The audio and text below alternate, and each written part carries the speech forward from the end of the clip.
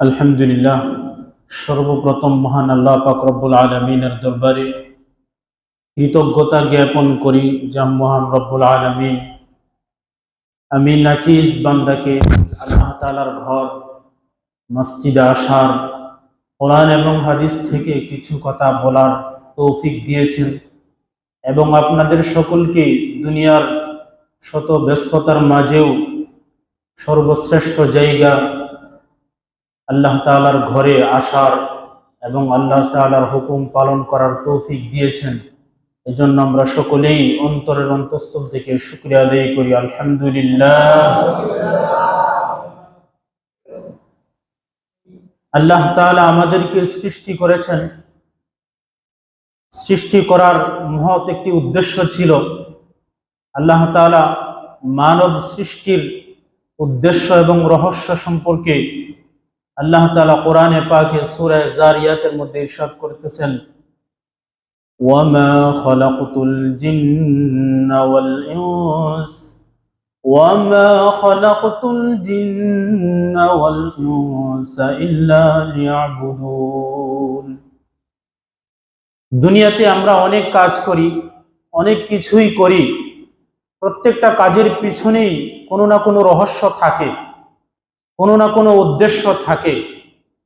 ঠিক তেমনি ভাবে এই আল্লাহ তাআলা কুল কায়নাত, সাত আসমান, জমিন, আরশ, কুরসি, লৌহ মাহফুজ যা কিছু সৃষ্টি করেছেন, সব কিছুর একটি রহস্য, একটি উদ্দেশ্যেই আল্লাহ তাআলা সৃষ্টি করেছেন এবং আল্লাহ তাআলা সেই উদ্দেশ্য এবং রহস্যকে সুস্পষ্ট ভাষায় ঐশী গ্রন্থ কোরআনে পাকের মধ্যে আল্লাহ তাআলা ইরশাদ করে বলতেছেন, ওয়ামা খালাকতুল জিন্না ওয়াল ইনস ওয়ামা খালাকতুল জিন্না ওয়াল ইনসা ইল্লা লিয়াবুদুন। আমি মানব জাতি এবং জিন জাতিকে সৃষ্টি করেছি ইল্লা লিয়াবুদুন, একমাত্র তারা আমার ইবাদত করবে, আমার গোলামি করবে, আমার হুকুম মানবে, আমার হুকুমকে দুনিয়াতে বাস্তবায়ন করবে। এজন্যই আমি তাদেরকে সৃষ্টি করেছি। সুবহানাল্লাহ। এজন্য আল্লাহ পাক অন্য আয়াতের মধ্যে ইরশাদ করতেছেন, মানব জাতিকে আমি ইবাদতের জন্য সৃষ্টি করেছি। এই ইবাদত কতদিন পর্যন্ত সে করবে? এই ইবাদতের লিমিট, সময়সীমা আল্লাহ তাআলা কোরআনের অন্য আয়াতের মধ্যে বলে দিয়েছেন। ইবাদতের একটি সময় থাকবে, এমন নয় যে ইবাদত করতেই থাকবে, এর একটি শেষ থাকবে না। আল্লাহ পাক রব্বুল আলামিন কোরআনের অন্য আয়াতের মধ্যে ইরশাদ করতেছেন, ওয়া'বুদ রাব্বাকা হাত্তা ইয়াতিয়াকাল ইয়াকিন ওয়া'বুদ রাব্বাকা হাত্তা ইয়াতিয়াকাল ইয়াকিন। তোমরা তোমাদের রবের ইবাদত করবে, তোমাদের রবের ইবাদত করার সুযোগ থাকবে তোমাদের জন্য যতদিন পর্যন্ত তোমাদের সামনে মালাকুল মউত এসে উপস্থিত না হয়। হাত্তা ইয়াতিয়াকাল ইয়াকিন, যতদিন পর্যন্ত তোমাদের সামনে ইয়াকিন না আসে। ইয়াকিন শব্দের অর্থ হলো মৃত্যু, নিশ্চিত বিষয়। দুনিয়াতে যত বিষয় রয়েছে সবগুলোই সব অনিশ্চিত, কোনো বিষয় নিশ্চিত বলা যায় না। কোনো বিষয়ের ক্ষেত্রে আমরা কোনো ধরনের গ্যারান্টি দিতে পারি না, নিশ্চয়তা দিতে পারি না। কিন্তু একটা জিনিসের নিশ্চয়তা দেওয়া যায়, সেইটা হলো দুনিয়াতে প্রত্যেক মানুষ যারাই দুনিয়াতে আগমন করেছে, দুনিয়াতে যারাই এসেছে, প্রত্যেকটা মানুষের জন্য আল্লাহ তাআলা একটি মৃত্যু নামক একটি বিষয়, একটি হুকুম আল্লাহ তাআলা নির্ধারণ করে দিয়েছেন। এই জিনিসটা, এই বিষয়টা প্রত্যেকেরই আসবে। কোরআনে পাকের সূরা মুলকের 29তম পারায় প্রথম পৃষ্ঠায় আল্লাহ তাআলা ইরশাদ করে বলতেছেন, তাবারাকাল্লাযী বিয়াদিহিল মুলক ওয়া হুয়া আলা কুল্লি শাইইন কাদির الذي خلق الموت والحياة ليبلوكم أيكم أحسن عملا وهو العزيز الغفور। আল্লাহ পাকের ঘোষণাগুলো, ইরশাদগুলো এত সুস্পষ্ট, এর মধ্যে সন্দেহ তো দূরের কথা, এর কাছেও কেউ যাইতে পারবে না। অনেক মানুষ, অনেক বুদ্ধিজীবী জ্ঞানীরা দার্শনিক, বিজ্ঞানী তারা এই কোরআনের ব্যাপারে চ্যালেঞ্জ করেছিল, নবীর যুগেও চ্যালেঞ্জ করেছিল, কিন্তু তারপরও এই কোরআনের কোন একটি হরফ, কোন একটি শব্দ সম্পর্কে তারা এর বিপরীতে কোনো কিছুই করতে পারে নাই। এত সুস্পষ্ট ভাষায় আল্লাহ পাক রব্বুল আলামিন বলতেছেন, আল্লাযী খালাকাল মাউত ওয়াল হায়াতা লিয়াবলুয়াকুম আইয়ুকুম আহসানু আমালা। আল্লাহ পাক রব্বুল আলামিন এমন, যিনি মৌত এবং হায়াতকে সৃষ্টি করেছেন, মৃত্যু নামক বিষয় এবং হায়াত নামক জিন্দেগিকে আল্লাহ তাআলা সৃষ্টি করেছেন একটি মাত্র উদ্দেশ্যের জন্য। সেই উদ্দেশ্য সম্পর্কে আল্লাহ পাক রব্বুল আলামিন বলেন, লিয়াবলুয়াকুম আইয়ুকুম আহসানু আমালা। তোমাদেরকে পরীক্ষা করার জন্য, তোমাদেরকে পরীক্ষা করার জন্য দেখা যাক তোমাদের মধ্যে কে বেশি আমল করে, কে বেশি আমার হুকুম মানে, কে আমার কথাগুলোকে বেশি বাস্তবায়ন করে, কে আমার বেশি নিকটবর্তী হয়। এই বিষয়টাকে দেখার জন্যই, এই বিষয়টাকে যাচাই বাছাই করার জন্যই আমি মৃত্যু এবং জীবনকে সৃষ্টি করেছি। সুবহানাল্লাহ। কেমন রব! সৃষ্টি করার উদ্দেশ্য বলে দিয়েছেন, সৃষ্টির উদ্দেশ্যের একটি লিমিট, সময় নির্ধারণ করে দিয়েছেন। সৃষ্টির মাঝে কি কি বিষয় থাকবে সেই বিষয়টাকে আল্লাহ তাআলা নির্ধারণ করে দিয়েছেন, বলে দিয়েছেন।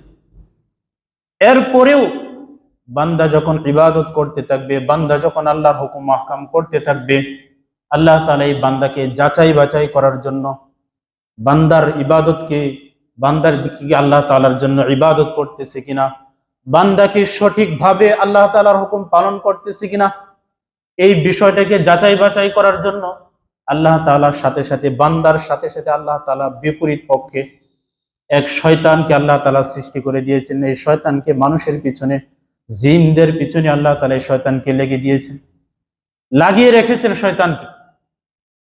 তা না হলে বোঝা যাবে না আপনি যে আল্লাহর ইবাদত করতেছেন, আপনার ইবাদত কি বেশি ইবাদত কিনা, কে বেশি ইবাদত করতেছে, কে ভালো ইবাদত করতেছে, কোনটা ভালো কোনটা মন্দ, কোনটা খারাপ, কোনটা ভালো কোনটা সুন্দর, এই বিষয়টাকে যাচাই বাছাই করার জন্য। ভালো মন্দ যাচাইয়ের বিষয়, ভালো ওই সময় যাচাই করতে পারবেন যখন তার বিপরীতে মন্দ থাকবে। সুন্দর ওই সময় আপনি বুঝতে পারবেন জিনিসটা সুন্দর যখন তার বিপরীতে অসুন্দর থাকবে। দিন আপনি ওই সময় বুঝতে পারবেন যে এখন দিন, যখন রাত্রি না থাকবে, অন্ধকার না থাকবে, রাত্র হয়েছে, ওই সময় বুঝতে পারবেন যখন আপনার দিন, আলো না থাকবে। ঠিক তেমনি ভাবে বান্দা কি আল্লাহর হুকুম মানতেছে কিনা, আল্লাহ তাআলার হুকুম পালন করতেছে কিনা, এর জন্যই আল্লাহ তাআলা এর বিপরীতে শয়তানকে লাগিয়ে দিয়েছে। শয়তানকে লাগিয়ে দিয়ে পিছনের ইতিহাসে যাইতে হয়। যখন আল্লাহ তাআলা আদম আলাইহিস সালাতু ওয়াস সালামকে সৃষ্টি করেছেন, সৃষ্টি করার পরে সকলকেই, ফেরেশতারা যারা ছিল এবং শয়তান সহ সকলকেই, ইবলিস সহ সকলকেই হুকুম করেছিলেন যে তোমরা একমাত্র আমার এই যে আদম যাকে আমি বানিয়েছি তাকে সেজদা করো, তার সামনে মাথা নত করো, তাকে তোমরা স্বীকার করো। ফাসাজাদুল মালাইকাতু কুল্লুহুম আজমাউন, ফাসাজাদুল মালাইকাতু কুল্লুহুম আজমাউন, সকলেই, সকল ফেরেশতারা সিজদা করেছিল একমাত্র ইবলিস, ইল্লা ইবলিস, শয়তান সিজদা করে নাই। তাকে বলা হইল যে তুমি কেন সিজদা করো নাই?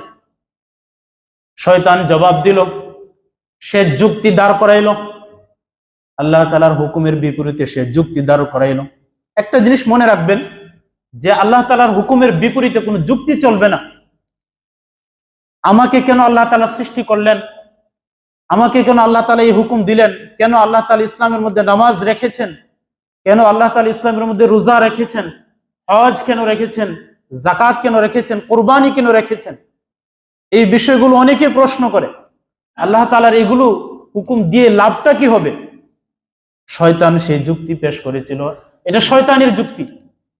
শয়তান বলেছিল খলাকতু মিন নার, আপনি তো আমাকে আগুন থেকে সৃষ্টি করেছেন, অখলাকতা মিন তিন, এবং আপনি তাকে সৃষ্টি করেছেন মাটি থেকে। আগুনের স্বভাব হলো সে উপরের দিকে ওঠে, আর মাটির স্বভাব হলো সে নিচের দিকে যায়। এই জন্য আমি আগুনের তৈরি হয়ে আমি কিভাবে তাকে সিজদা করতে পারি? শয়তানকে আল্লাহ তাআলা বিতাড়িত করে দিয়েছেন, তুমি আজকে থেকে এখান থেকে চলে যাও, আজকে থেকে তোমার উপর আমার অভিশাপ। এর জন্য আমরা সর্বদাই যখনই আমরা কোনো ভালো কাজ করি তখন আমরা সর্বদাই সর্বপ্রথমে আমরা শয়তানের ওয়াসওয়াসা থেকে, বিতাড়িত শয়তান থেকে, এই যে মালউন শয়তান, সেই শয়তান থেকে আমরা আশ্রয় চাই। আউযু বিল্লাহি মিনাশ শাইতানির রাজীম, আউযু বিল্লাহি মিনাশ শাইতানির রাজীম।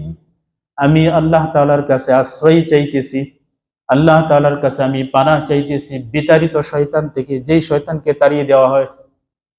এটাই আমার পরীক্ষা। মূলত আল্লাহ তাআলার এই হিকমত যে আল্লাহ তাআলা শয়তান সৃষ্টি করবেন, এই শয়তান আল্লাহর হুকুম মানবে না, বনি আদমের পিছনে সে সর্বদাই ওয়াসওয়াসা দিতে থাকবে। শয়তান আল্লাহ তাআলাকে চ্যালেঞ্জ দিয়েছেন, শয়তান আল্লাহ তাআলার বিরুদ্ধে ঘোষণা করে বলতেছে, ফাবিমা আগওয়াইতানি লাআকুদান্না লাহুম সিরাতাকাল মুস্তাকিম সুম্মা লাআতিয়ান্নাহুম মিন বাইনি আইদিহিম ওয়া মিন খালফিহিম ওয়া আন আইমানিহিম ওয়া আন শামাইলিহিম ওয়া লা তাজিদু আকসারাহুম শাকিরিন। শয়তান আল্লাহ তাআলার বিরুদ্ধে সে ঘোষণা করে বলতেছে, আপনি যেহেতু আমাকে বিতাড়িত করে দিয়েছেন, আপনি যেহেতু আমাকে তাড়িয়ে দিয়েছেন, এজন্য আমি দেখে দিব আপনার যত বান্দা, এই আদম থেকে নিয়ে যত বান্দা সৃষ্টি হবে, যত মাখলুক সৃষ্টি হবে, সকল বান্দাদেরকে নিয়ে, সকল মাখলুককে নিয়ে আমি জাহান্নামের মধ্যে যাব, তাদেরকে আমি ওয়াসওয়াসা দিতে থাকবো। সুম্মা লাআতিয়ান্নাহুম মিন বাইনি আইদিহিম, আমি তাদেরকে ডান দিক থেকে ওয়াসওয়াসা দিব, ওয়া মিন বাইনি আইদিহিম ওয়া মিন খালফিহিম ওয়া আন আইমানিহিম ওয়া আন শামাইলিহিম ওয়া লা তাজিদু আকসারাহুম শাকিরিন। আমি তাদেরকে ডান দিক থেকে ওয়াসওয়াসা দিব, আমি তাদেরকে বাম দিক থেকে ওয়াসওয়াসা দিব, আমি তাদেরকে সামনের দিক থেকে ওয়াসওয়াসা দিব, আমি তাদেরকে পিছন দিক থেকে ওয়াসওয়াসা দিব, আমি দেখে দিব আপনার বান্দারা কিভাবে জান্নাতে যায়। শয়তান যখন এই ওয়াসওয়াসা দিল, আল্লাহ তাআলার পক্ষ থেকে ঘোষণা আসছে, আল্লাহ তাআলা বলেন, তুমি যতই আমার বান্দাদেরকে ওয়াসওয়াসা দাও, তুমি যতই আমার বান্দাদেরকে ধোঁকা দাও, এই বান্দা যখন সারা জীবন গুনাহ করে, এই বান্দা যখন সারা জীবন অপরাধ করে, যখন কোনো এক সময় সে আফসোস হয়ে, অনুতপ্ত হয়ে, সেই বান্দা যখন আমার কাছে কোনো এক সময় হাত তুলবে, আমি তার সারা জীবনের গুনাহ মাফ করে দিব। তাহলে চিন্তা করেন, এক নম্বর বিষয় হলো আল্লাহ তাআলা আমাদেরকে সৃষ্টি করেছেন, সৃষ্টি করার পরে সৃষ্টির রহস্য উদ্ঘাটন করে দিয়েছেন, বলে দিয়েছেন, এবং আমাদেরকে ইবাদতের পদ্ধতিও বলে দিয়েছেন। এই বান্দা যেন কখনো পথভ্রষ্ট না হয়, এই বান্দা যেন কখনো পথ হারা না হয়, আল্লাহ তাআলা নবীদেরকে সৃষ্টি করে দিয়েছেন, নবীদেরকে পাঠিয়ে দিয়েছেন, দাওয়াতের ব্যবস্থা করে দিয়েছেন। সাথে সাথে আল্লাহ তাআলা কোরআন, ঐশী গ্রন্থ কোরআন নাজিল করে দিয়েছেন। এই কোরআনের অনুযায়ী যারা চলবে, এই কোরআনের কথা যারা মানবে, কোরআনের হুকুম যেখানে বাস্তবায়ন হবে, সেখানে শয়তানের কোনো ওয়াসওয়াসা কাজে আসবে না। এই এমন রব আমরা পেয়েছি, সারা জীবন যদি আমাদের গুনাহ হয়, গুনাহ হওয়ার পরেও আল্লাহ তাআলা সেই শয়তানের ওয়াসওয়াসা থেকে, সেই গুনাহ থেকে মুক্তি পাওয়ার জন্য আল্লাহ তাআলা বিপরীত একটি ব্যবস্থা করে দিয়েছে। সেই সম্পর্কে আমি কোরআনের সূরা তাহরিমের 7 নম্বর আয়াত বলতেছিলাম, ইয়া আইয়ুহাল্লাযীনা আমানু তুবু ইলাল্লাহি তাওবাতান নাসুহা। বান্দা আল্লাহর ইবাদত করবে, বান্দা আল্লাহ তাআলার হুকুম মানবে। ইবাদত করার ক্ষেত্রে, বান্দা আল্লাহ তাআলার হুকুম মানার ক্ষেত্রে শয়তান তাকে ওয়াসওয়াসা দিতে থাকবে। বান্দা সেই গুনাহ করবে, গুনাহ করার কারণে এই বান্দাকে আমি শ্রেষ্ঠ বানিয়েছি। এরপরও যদি বান্দার গুনাহ হয়ে যায়, অপরাধ হয়ে যায়, আল্লাহ তাআলা এর বিপরীতে এই গুনাহ থেকে মুক্ত পাওয়ার জন্য আল্লাহ তাআলা একটি ব্যবস্থা করে দিয়েছেন। সেই ব্যবস্থাটাকে আল্লাহ তাআলা বলতেছেন, ইয়া আইয়ুহাল্লাযীনা আমানু তুবু ইলাল্লাহি তাওবাতান নাসুহা। আল্লাহ তাআলা মুমিনদেরকে উদ্দেশ্য করে বলতেছেন, হে মুমিনগণ, তোমরা তুবু ইলাল্লাহ, আল্লাহ তাআলার কাছে ফিরো, আল্লাহ তাআলার কাছে তওবা করো, আল্লাহ তাআলার কাছে ইস্তেগফার করো। দেখেন, গুনাহ হয়ে যাইতে পারে, শয়তানের ওয়াসওয়াসায় আমার অপরাধ হয়ে যাইতে পারে, সেই অপরাধ থেকে মুক্তি পাওয়ার জন্য আপনি যতই বড় গুনাহ করেন না কেন, আপনি যতই বড় গুনাহ অপরাধ করেন না কেন, যতই আপনি শয়তানের ওয়াসওয়াসা, শয়তানের ধোঁকাবাজি পরে আপনি যতই যা কিছু করেন না কেন, আল্লাহ তাআলা এই সব কিছু থেকে, যত বড় অপরাধ হোক না কেন, সব অপরাধ থেকে মুক্তি পাওয়ার জন্য আল্লাহ তাআলা তওবার ব্যবস্থা করে দিয়েছেন। বান্দা সারা জীবন যত গুনাহ করেছে, সারা জীবন আল্লাহর হুকুম অমান্য করেছে, সারা জীবন সে অপরাধী হয়েছে, অপরাধ করার পরে আল্লাহ তাআলা একটি সুযোগ ব্যবস্থা করে দিয়েছেন, এবং এই ব্যবস্থা, এই তওবার দরজা আল্লাহ তাআলা তার মৃত্যুর আগ পর্যন্ত রেখে দিয়েছেন। সুবহানাল্লাহ। মৃত্যুর আগ পর্যন্ত আল্লাহ তাআলা এই তওবার দরওয়াজা, তওবার সুযোগ আল্লাহ তাআলা রেখে দিয়েছেন। গুনাহ হয়ে যাইতেই পারে, এমন কেউ পাওয়া যাবে না যে গুনাহগার না। আমি গুনাহগার, আমার বাপ দাদা 14 গোষ্ঠী যারা আছে সকলে গুনাহগার। এমন কেউ বলতে পারবে না যে আমি কোনো গুনাহ করি নাই, আমার কোনো অপরাধ হয় নাই, আমি একেবারে নিরপরাধ, মাসুম, নিষ্পাপ, আমার কোনো অপরাধ হয় নাই, এরকম কেউ বলতে পারবে না। এই জন্য আল্লাহ পাক রব্বুল আলামিন এই গুনাহ থেকে মুক্তি পাওয়ার জন্য, এই অপরাধ থেকে মুক্তি পাওয়ার জন্য আল্লাহ পাক রব্বুল আলামিন এই তওবার ব্যবস্থা রেখেছেন, এই তওবার দরওয়াজাকে খোলা রেখেছেন। এর জন্য গুনাহ হয়ে যাইতেই পারে, অপরাধ হয়ে যাইতেই পারে, কিন্তু গুনাহ হয়ে যাওয়ার পরে, অপরাধ হয়ে যাওয়ার পরে বিলম্ব করা যাবে না। আজকে আফসোসের বিষয় দেখা যায়, আমরা তওবা করতে রাজি না, তওবা করতে আমরা প্রস্তুত না। এটাকে আমি চিন্তা করলাম, চিন্তা করে দেখলাম কেন আমরা তওবা করতে প্রস্তুত নই, কেন আমরা তওবা করতে রাজি নই। এর কারণ হলো যে আমরা তওবা করার পরে গুনাহ থেকে একেবারেই বিরত থাকতে আমরা গ্যারান্টি দিতে পারি না, বরং তওবা হয়ে যাওয়ার পরে আমার গুনাহ হয়ে যাবে এই গ্যারান্টি আমি দেই। মনে মনে আমি এটা বলি যে এই যে তওবা যদি করে ফেলাই, তাহলে তো একটু পরে আমি আবার গুনাহ করব। আমার মনের মধ্যে এটা থাকে যে গুনাহ তো আমার হবেই, আমি গুনাহ থেকে চেষ্টা করলেও বাঁচতে পারবো না। শয়তান আমার মধ্যে এই বিষয়টাকে, সর্বদা এই বিষয়টাকে আমার উপরে গালেব করে দিয়েছে। আমার মনের মধ্যে সর্বদা এটা থাকে, আমি যদি তওবা করি তাহলে আমি তো একটু পরে গুনাহ করতে পারবো না। এই শয়তানের এই ধোঁকাবাজি পরে আমরা তওবা করতে রাজি না। অথচ এমন একটা জিনিস, তওবা এমন একটা বিষয় যার জন্য আপনার কোনো টাকা পয়সা খরচ করতে হয় না, যার জন্য আপনার সময় ব্যয় করতে হয় না, যার জন্য আপনার অনেক কষ্ট করতে হয় না। আপনি শুধু সব গুনাহ থেকে অনুতপ্ত হয়ে একবারে আল্লাহ তাআলার কাছে গিয়ে আল্লাহ তাআলাকে স্মরণ করে, আল্লাহ তাআলাকে হাজির নাজির মনে করে, যদি আপনি আল্লাহ তাআলার ঘরে মসজিদে এসে আল্লাহ তাআলার সামনে কুদরতি পাই আপনি যদি সেজদা করে বলেন, হে আল্লাহ, আমি জীবনে কত অন্যায় করেছি, জীবনে কত অপরাধ করেছি, জীবনে কত না কত কিছু করেছি, আপনি যদি আমাকে মাফ না করেন, কে আমাকে মাফ করবে? এই অনুতপ্ত হয়ে যদি আপনি আল্লাহ তাআলার কাছে চান, ক্ষমা চান, আল্লাহ পাক রব্বুল আলামিন ঘোষণা দিয়ে বলতেছে, মান লাম ইয়াসআলিল্লাহ ইয়াগযব আলাইহি। নবীর মাধ্যমে আল্লাহ তাআলা ঘোষণা দিয়ে বলতেছেন, যে ব্যক্তি আল্লাহ তাআলার কাছে চায় না, যে আল্লাহ তাআলার কাছে তার অপরাধ ক্ষমা করার জন্য সে হাত তুলে না, যে আল্লাহ তাআলার কাছে ক্ষমা চায় না, কোনো কিছু আল্লাহ তাআলার কাছে চায় না, আল্লাহ তাআলা তার প্রতি রাগান্বিত হন, আল্লাহ তাআলা তার প্রতি অসন্তুষ্ট হন। দেখেন, আল্লাহ পাক রব্বুল আলামিন আমাদেরকে সৃষ্টি করেছেন, সৃষ্টি করার পরে তার ইবাদত করার জন্য বলেছেন। গুনাহ হয়ে যাওয়ার পরও, অপরাধ হয়ে যাওয়ার পরও আল্লাহ তাআলা সেই গুনাহ থেকে মুক্তি পাওয়ার জন্য তওবার ব্যবস্থা করে দিয়েছেন। এবং বান্দা যদি আল্লাহ তাআলার কাছে ক্ষমা না চায়, সে যদি আল্লাহ তাআলার কাছে মাফ না চায়, আল্লাহ তাআলা বলতেছেন, আমি তোমার প্রতি অসন্তুষ্ট, কেন তুমি আমার কাছে মাফ চাইতেছো? নবী করিম সাল্লাল্লাহু আলাইহি সাল্লাম ঘোষণা দিয়ে বলতেছেন, মান লাম ইয়াসআলিল্লাহ, যে ব্যক্তি আল্লাহ তাআলার কাছে ক্ষমা চায় না, আল্লাহ ইয়াগযব আলাইহি, আল্লাহ তাআলা তার প্রতি অসন্তুষ্ট হয়ে যান। এর জন্য যখনই আমাদের গুনাহ হয়ে যাবে, যখনই আমাদের অপরাধ হয়ে যাবে, গুনাহের জন্য, অপরাধের জন্য বিলম্ব করা যাবে না। আমরা এমন অসুস্থতার মধ্যে আছি, শয়তান আমাদেরকে এমন ধোঁকাবাজির মধ্যে ফেলে দিয়েছে, আমরা মনে করি তওবার তো আরো বহুত সময় রয়েছে, এখনো আমার অনেক শক্তি রয়েছে, আমি এখনো অনেক যুবক, বয়স এখনো বেশি হয় নাই, আমার চুলদাড়ি পাকে নাই, আমার শরীরের চামড়া এখনো শক্ত রয়েছে। আমাদের এক উস্তাদ বলতেন, চামড়া যখন আমার টাইট, তখন আমরা আল্লাহর সাথে দিই ফাইট, এখনো চামড়া আমার এখনো শক্ত রয়েছে, এখনো আমার অনেক শক্তি রয়েছে, গায়ে অনেক শক্তি রয়েছে, আমি যা ইচ্ছা তাই করতে পারি, আমার মন যা চায় আমি তাই করতে পারি। চামড়া যখন হয়ে যায় তোমার ডিল, তখন আমরা আল্লাহর সাথে দেই মিল। এটাই হয়ে যায়, এটাই বাস্তব। ডিল হয়ে গেলে, চামড়া যখন কুজু হয়ে যায়, পিঠ যখন বাঁকা হয়ে যায়, তখন আমরা আল্লাহর সাথে দিই মিল।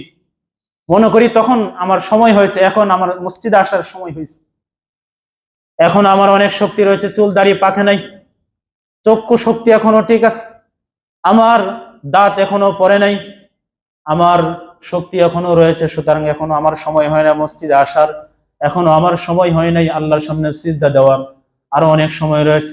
সন্তানাদিকে আমি বিবাহ দিয়ে দিব, আমার সন্তানগুলিকে আমরা একটু তাদেরকে একটা সেটেল করে দিব, আমার ঘর বাড়ি এখনো আমার অনেক কাজ রয়ে গিয়েছে, আমার 10 তলা একটি বিল্ডিং করতে হবে, আমার এই কাজগুলো করতে হবে, ঢাকা শহরের অমুক জায়গায় আমার একটি বাড়ি করতে হবে, বিদেশে আমার অমুক জায়গায় একটি বাড়ি করতে হবে।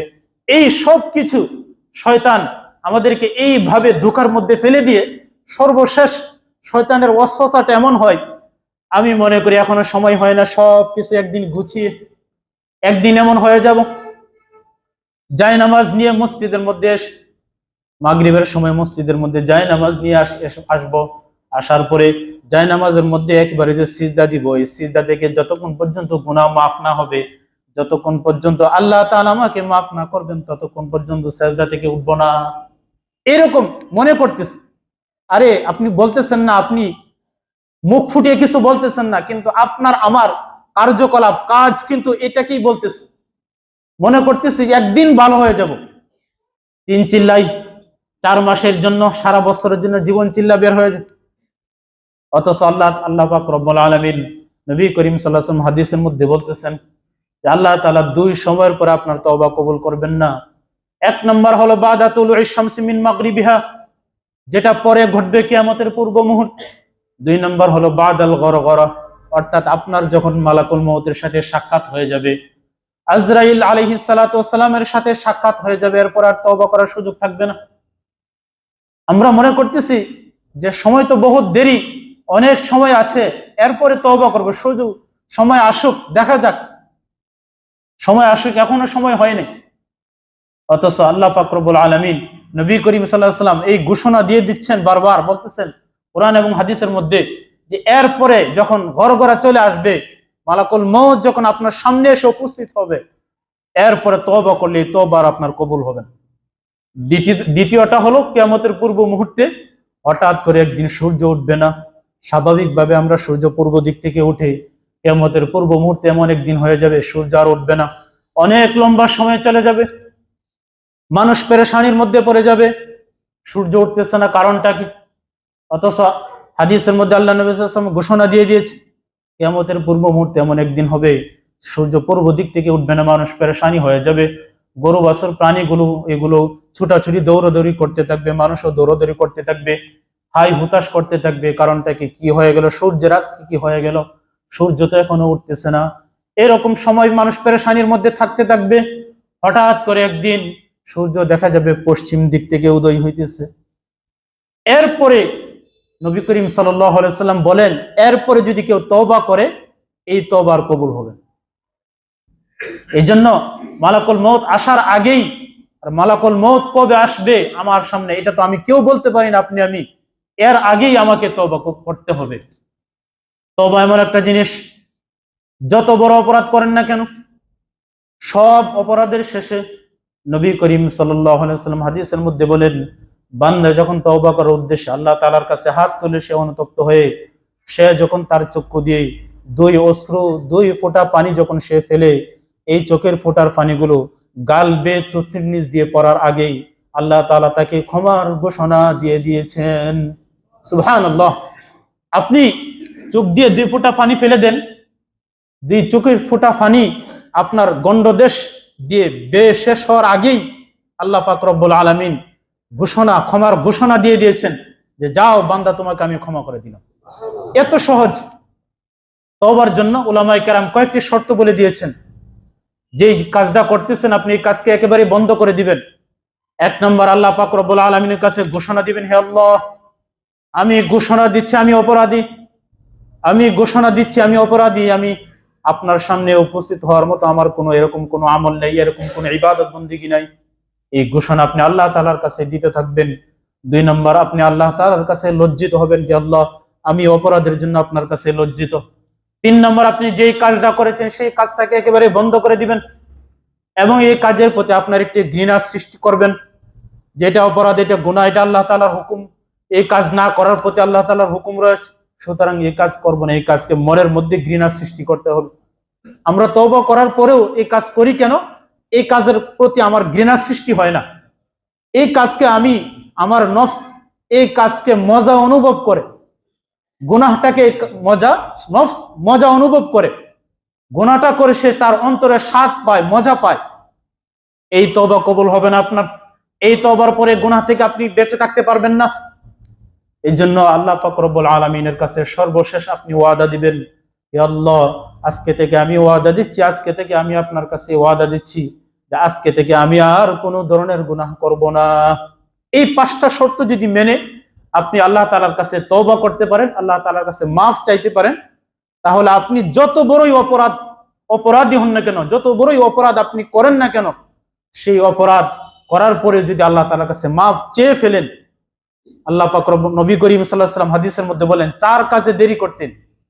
1 নম্বর, যদি নামাজের টাইম হয়ে যায়, নামাজের সময় হয়ে যায়, নামাজের সময় হলে বিলম্ব করতে নাই। 2 নম্বর, জানাজা যদি উপস্থিত হয়ে যায়, মৃত ব্যক্তি যদি সামনে এসে যায়, তাহলে মৃত ব্যক্তির জানাজা তাড়াতাড়ি পড়তে হয়, দ্রুত পড়তে হয়, দেরি করতে নেই। 3 নম্বর, মেয়ের অথবা ছেলের যদি বিবাহের সময় হয়ে যায়, তাহলে তাদেরকে বিবাহ দিতে দেরি করতে নেই। 4 নম্বর, যদি গুনাহ হয়ে যায়, গুনাহের পরে দেরি করতে নাই। গুনাহের পরে যদি আপনি সময়কে বিলম্ব করেন, এই গুনাহটা আরো বড় হতে থাকবে। এই গুনার প্রতি, গুনাহ যে করেছেন আপনার, এই অপরাধ যে করেছেন, এই অপরাধের প্রতি আপনার অবস্থান আরো দূরে হতে থাকবে, আপনি আরো দূরে থাকতে থাকবেন, চলে যাইতে থাকবেন। এই গুনাহ থেকে ক্ষমা পাওয়ার জন্য, ক্ষমা নেওয়ার জন্য আপনার মনের মধ্যে আফসোস, অনুতপ্ততা আসবে না। এই জন্য যখনই গুনাহ হয়ে যায়, গুনাহ হওয়াটাই এই বান্দা যে শ্রেষ্ঠ, এই বনি আদম যে তারা শ্রেষ্ঠত্বের হওয়ার একটি মূল কারণ হলো এই বান্দাকে আল্লাহ তাআলা গুনাহ করার, অপরাধ করার ক্ষমতা দিয়েছেন, এবং এই গুনাহ যেন বান্দা হয়ে যায়, এই কারণেই আল্লাহ তাআলা এই বনি আদমকে শ্রেষ্ঠ বানিয়েছেন। ফেরেশতাদের চেয়ে মানুষ শ্রেষ্ঠ কেন? ফেরেশতাদের গুনাহ করার কোনো ক্ষমতা নাই, তারা ইচ্ছা করলেও কোনো গুনাহ করতে পারবে না। এই নফসে আম্মারা তাদেরকে আল্লাহ তাআলা দিয়ে সৃষ্টি করেন নাই, তারা ইচ্ছা করলেও কোনো ধরনের গুনাহ করতে পারে না। আল্লাহ তাআলার হুকুম যেভাবে, আল্লাহ তাআলা যেভাবে তাদেরকে হুকুম দেন, সেইভাবেই তারা চলতে থাকে। 1 বিন্দু, 1 ন্যানো সেকেন্ড পর্যন্ত তারা আল্লাহর হুকুমের বাইরে যাইতে পারে না। কেন? ফেরেশতাদের মধ্যে গুনাহ করার শক্তি নাই, কিন্তু এই মানুষের মধ্যে